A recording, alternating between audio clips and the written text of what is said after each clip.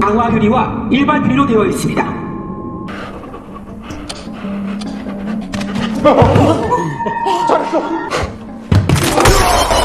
Hai guys, di video kali ini kita akan membahas part terakhir drama Korea Squid Game.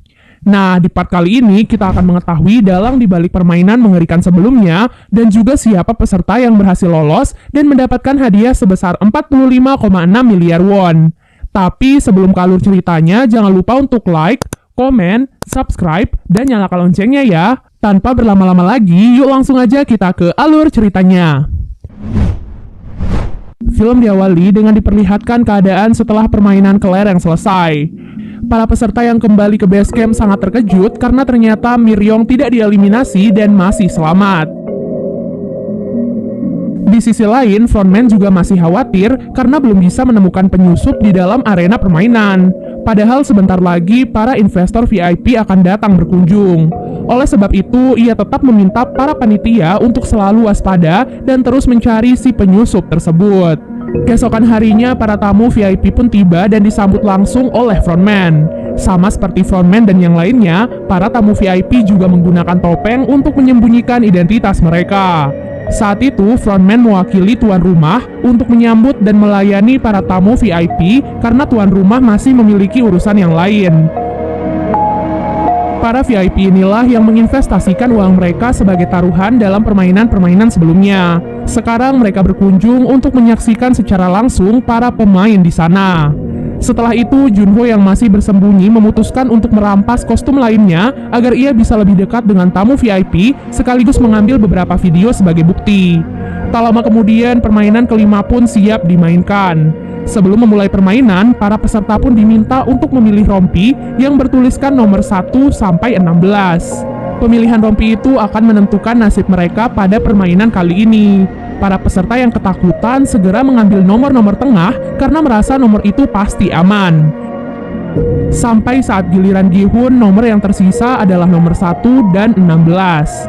Awalnya Gi-hun ingin mengambil nomor 1, namun peserta lain memohon kepadanya karena ia terlalu takut untuk menjadi peserta terakhir. Alhasil Gi-hun pun mengalah dan membiarkan peserta itu untuk mengambil nomor pertama. Setelah pemilihan nomor, mereka pun dihadapkan pada sebuah jembatan kaca. Dalam waktu 15 menit, setiap pemain harus melewati jembatan kaca itu sesuai dengan urutan mereka. Nah, jembatan kaca itu terbuat dari dua jenis kaca yang berbeda. Itu artinya jika salah melangkah, maka mereka akan langsung jatuh dan tewas. Menjadi pemain awal adalah tugas yang paling berat. Karena jika mereka salah melangkah, maka pemain di belakang mereka bisa aman karena memilih kaca yang benar. Namun menjadi pemain terakhir juga tidak mudah, karena ia harus berpacu dengan waktu yang terus berjalan. Singkat cerita, permainan kelima pun dimulai. Satu persatu pemain pun mulai memberanikan diri untuk melompati jembatan kaca tersebut. Tak sedikit dari mereka gagal memilih kaca yang benar dan jatuh begitu saja. Dengan waktu yang terus berjalan, para pemain pun menjadi tidak sabar dan memutuskan untuk mendorong pemain di depan mereka. Sampai akhirnya Doksu pun sampai di posisi terdepan. Tentu saja tidak ada yang berani melawannya apalagi mendorongnya. Doksu bersikeras bahwa ia akan tetap berada di posisinya agar tidak ada peserta yang lolos dari permainan tersebut. Miryong yang kesal lantas melompat ke arahnya dan memegang erat tubuh Doksu. Ia pun mengorbankan dirinya sendiri dengan membawa Doksu jatuh bersamanya. Setelah beberapa pemain jatuh dan tewas, kini tersisa 4 pemain saja. Seorang pemain di posisi terdepan ternyata merupakan seorang pekerja di pabrik kaca. Oleh sebab itu, ia pun bisa membedakan kaca yang kuat dan kaca biasa. Dengan kemampuannya itu, ia pun berhasil membawa Sang-woo, Sebyok, dan Gi-hun yang ada di belakangnya dengan selamat. Namun saat di langkah terakhirnya, frontman yang mengetahui hal itu sengaja mematikan lampu agar mereka menjadi kesulitan untuk menemukan kaca yang benar. Hal itu pun membuat pemain itu mengulur waktu terlalu banyak. Alhasil, Sang-woo pun menunjukkan jati dirinya yang sebenarnya. Ia tega mendorong pemain itu, padahal berkat pemain itu mereka bisa maju dengan selamat.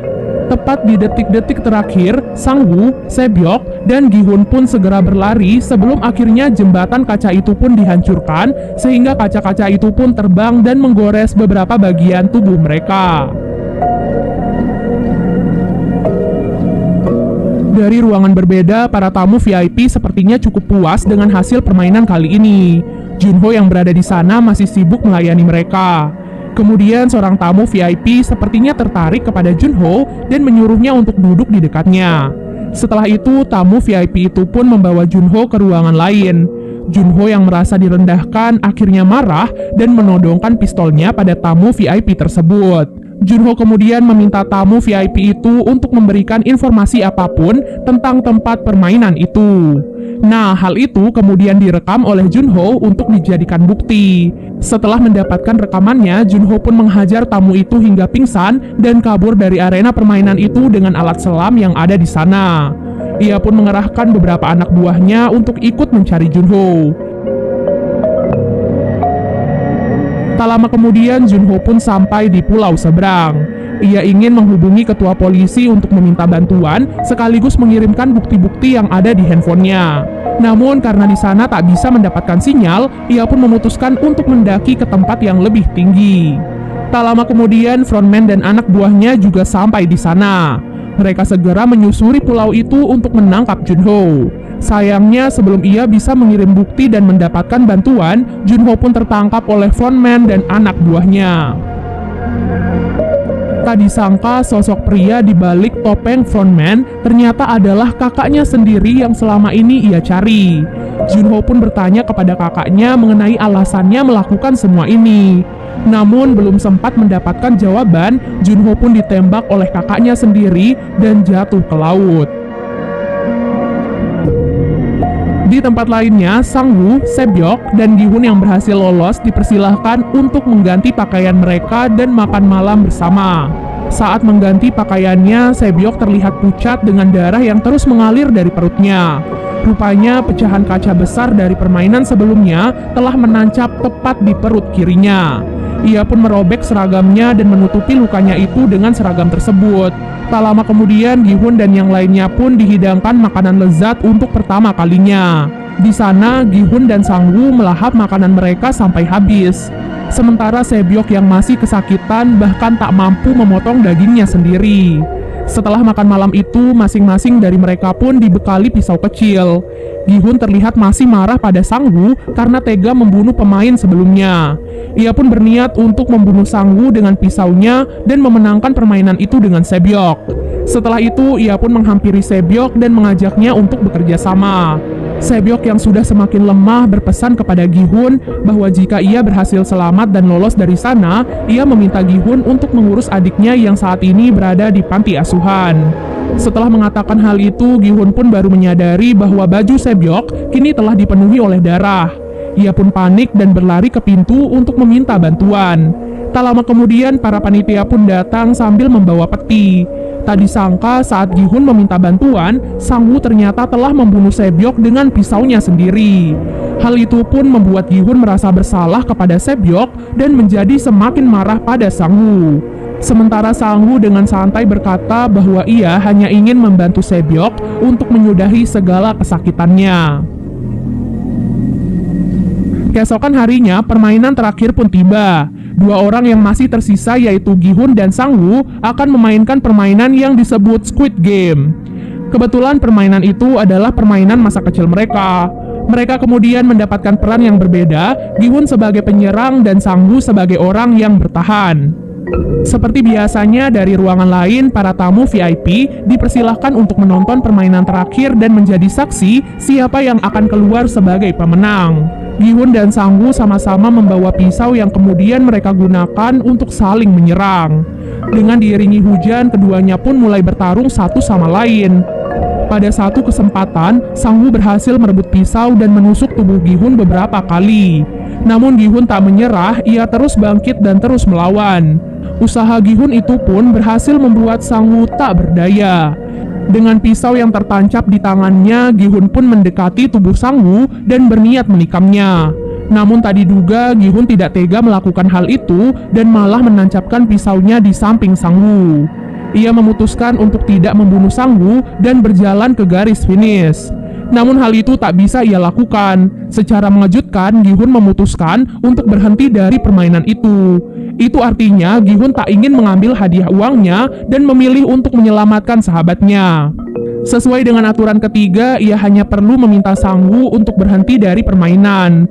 Namun Sang-woo menolak hal itu dan malah menikam dirinya sendiri. Sebelum meninggal dunia, Sang-woo pun menitipkan ibunya pada Gi-hun. Dengan begitu, mau tidak mau, Gi-hun pun langsung dinyatakan menang. Setelah semua perjuangannya itu, Gi-hun pun dikembalikan ke tempat asalnya lengkap dengan kartu kredit yang berisi 45,6 miliar won. Dengan semua uang itu, Gi-hun sama sekali tidak bahagia. Ia malah merasa sedih dan frustasi atas kematian ratusan orang termasuk sahabatnya. Bahkan saat melihat ibu Sang-woo, Gi-hun tak sanggup menatap matanya. Bak jatuh tertimpa tangga, di dalam rumahnya Sang-woo hanya bisa menangis menatap jasad ibunya yang sudah tewas. 1 tahun kemudian, penampilan Gi-hun menjadi semakin berantakan. Saat sedang duduk sendirian, ia pun ditawari bunga oleh seorang wanita tua. Ternyata di dalam bunga itu terdapat amplop yang berisi kartu permainan dengan tulisan tempat yang harus Gi-hun datangi.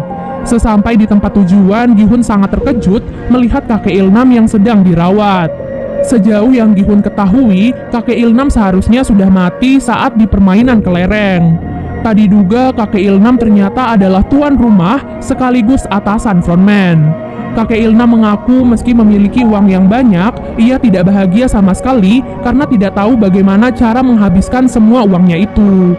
Dengan kondisi tumor di otaknya serta hidupnya yang diprediksi sudah tidak lama lagi, ia pun memikirkan cara untuk bersenang-senang. Kemudian ia pun teringat akan masa kecilnya yang selalu bahagia karena menghabiskan waktu dengan bermain bersama teman-teman. Oleh sebab itulah, ia dan orang-orang kaya lainnya menciptakan arena permainan itu agar ia bisa menikmati kebahagiaan dengan ikut berpartisipasi sebelum ia meninggal dunia. Mendengar hal itu, Gi-hun pun menjadi sangat marah. Bagaimana tidak, mereka rela mengorbankan ratusan nyawa hanya untuk bersenang-senang. Namun kakek Ilnam pun menegaskan bahwa sejak awal ia tak pernah memaksa siapapun untuk ikut ke dalam permainan itu. Ia dengan tulus berterima kasih kepada Gi-hun yang sudah memberikan kebahagiaan dengan menjadi teman bermainnya selama di sisa-sisa akhir hidupnya. Setelah mengatakan hal itu, kakek Ilnam pun meninggal dunia.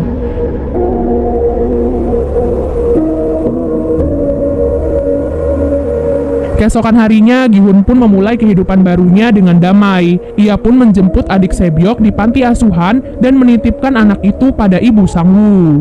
Tak lupa, ia juga meninggalkan 1 koper uang untuk mereka sebagai pelunasan janjinya pada Sebyok dan Sang-woo. Film diakhiri dengan diperlihatkan Gi-hun yang akan pergi menyusul putrinya ke Amerika. Sebelum pergi, ia melihat seorang pria misterius yang sedang bersama korban permainan selanjutnya. Setelah itu, Gi-hun pun merebut kartu tersebut dan menelpon frontman. Di sana ia berjanji kepada frontman bahwa ia akan membalas semua perbuatan busuk mereka bagaimanapun caranya. Dan film pun selesai. Jadi itu dia guys, akhir dari drama Squid Game. Semoga bisa menjadi pelajaran untuk kita semua ya. Terima kasih banyak udah nonton dan sampai jumpa.